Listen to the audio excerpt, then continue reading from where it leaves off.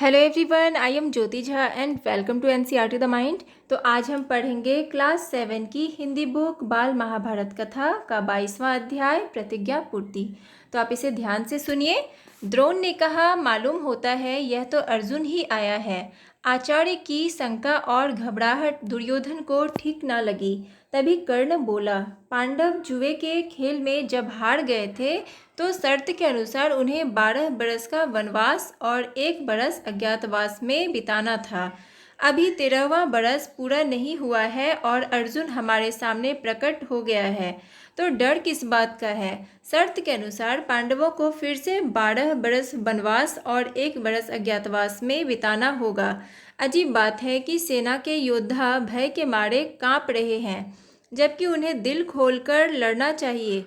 आप लोग यही रट लगा रहे हैं कि सामने जो रथ आ रहा है उस पर अर्जुन धनुष ताने हुए बैठा है, पर वहाँ अर्जुन की बजाय परशुराम हो तो भी हम क्यों डरें। मैं तो अकेला ही जाकर उसका मुकाबला करूँगा और मैंने दुर्योधन को जो वचन दिया था उसे आज पूरा करके दिखाऊंगा। कर्ण को यूं दम भरते हुए देखकर कृपाचार्य झल्ला कर बोले, कर्ण, मूर्खता की बातें ना करो। हम सबको एक साथ मिलकर अर्जुन का मुकाबला करना होगा।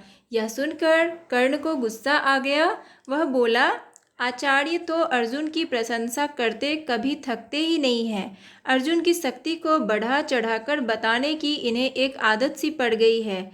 ना मालूम यह भय के कारण है या अर्जुन को अधिक प्यार करते हैं इस कारण है। जो भी हो, मैं अकेला ही डटा रहूँगा।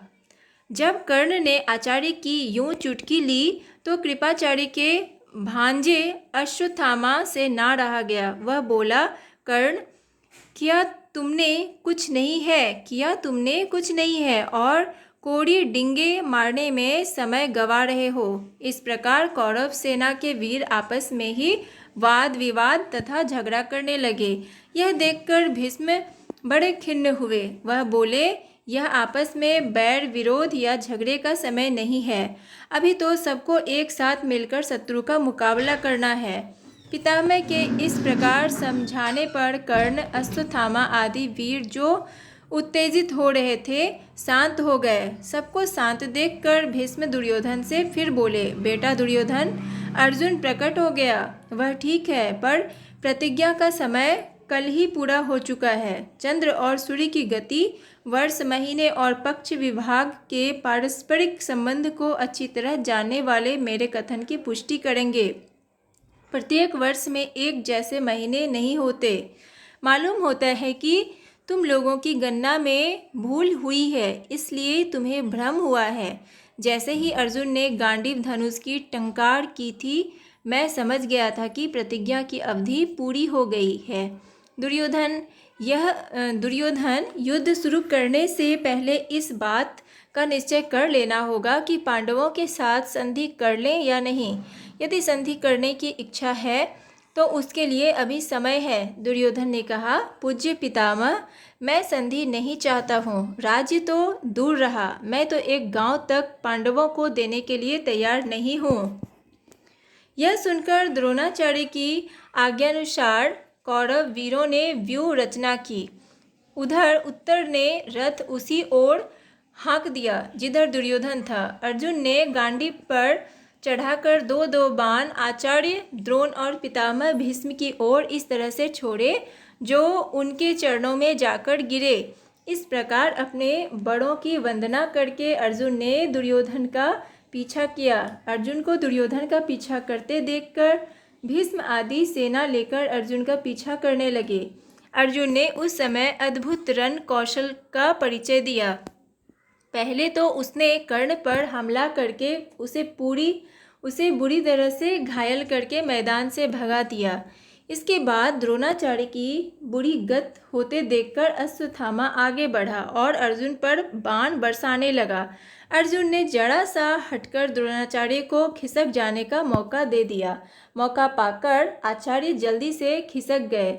उनके चले जाने के बाद अर्जुन अब अश्वत्थामा पर टूट पड़ा। दोनों में भयानक युद्ध होता रहा। अंत में अश्वत्थामा को हार माननी पड़ी। उसके बाद कृपाचार्य की बारी आई और वह भी हार गए।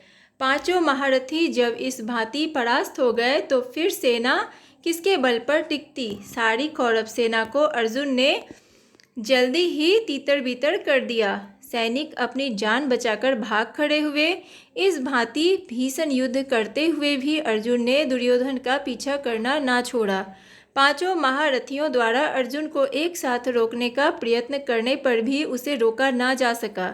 अर्जुन आखिर दुर्योधन के निकट पहुंच ही गया। उसने दुर्योधन पर भीषण हमला कर दिया। दुर्योधन घायल हो गया और मैदान छोड़कर भाग खड़ा हुआ। भीष्म ने उससे कहा कि अब वापस हस्तिनापुर लौट चलना चाहिए। भीष्म की सलाह मानकर सारी सेना हार मानकर हस्तिनापुर की ओर लौट चली। इधर युद्ध से लौटते हुए अर्जुन ने कहा, उत्तर अपना रथ नगर की ओर ले चलो। तुम्हारी गायें छुड़ा ली गई हैं, शत्रु भी भाग खड़े हुए हैं। इस विजय का यश तुम्ही को मिलना चाहिए। इसलिए चंदन लगाकर और फूलों का हार पहनकर नगर में प्रवेश करना। रास्ते में अर्जुन ने फिर से बृहन्नला का वेश धारण कर लिया और राजकुमार उत्तर को रथ पर बैठाकर सारथी के स्थान पर खुद बैठ गया। उन्होंने विराटनगर की ओर कुछ दूतों को यह आज्ञा देकर भेज दिया कि जाकर घोषणा कर दो कि राजकुमार उत्तर की विजय हुई है। तो बच्चों, आपका ये चैप्टर कंप्लीट हो चुका है। तो चलिए अब हम लोग इसका प्रश्न उत्तर कर लेते हैं।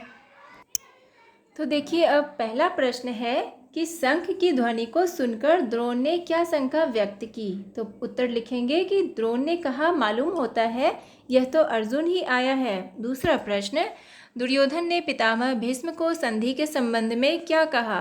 तो उत्तर लिखेंगे कि दुर्योधन ने कहा, पूज्य पितामह, मैं संधि नहीं चाहता हूँ। राज्य तो दूर रहा, मैं तो एक गांव तक पांडवों को देने के लिए तैयार नहीं हूँ।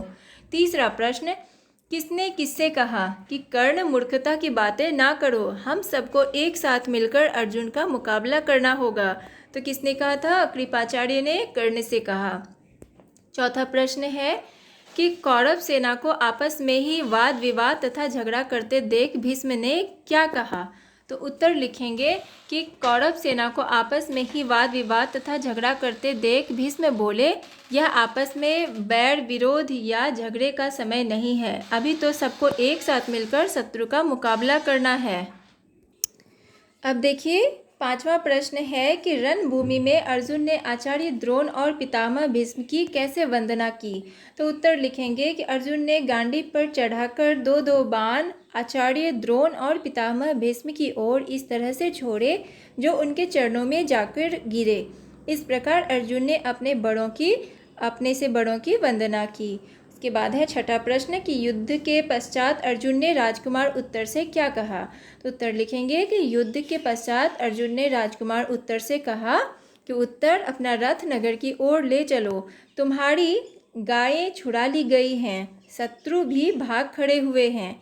इस विजय का यश तुम्ही को मिलना चाहिए। इसलिए चंदन लगाकर और फूलों का हार पहनकर नगर में प्रवेश करना।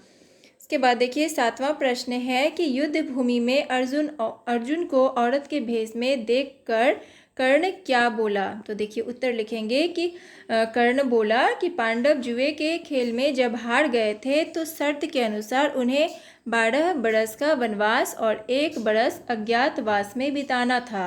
अभी 13वां बरस पूरा नहीं हुआ है और अर्जुन हमारे सामने प्रकट हो गया है। तो डर किस बात का है? शर्त के अनुसार पांडवों को फिर से 12 बरस वनवास और 1 बरस अज्ञातवास में बिताना होगा। इसके बाद है आठवां प्रश्न कि अर्जुन के प्रकट हो जाने पर भीष्म ने दुर्योधन से क्या कहा।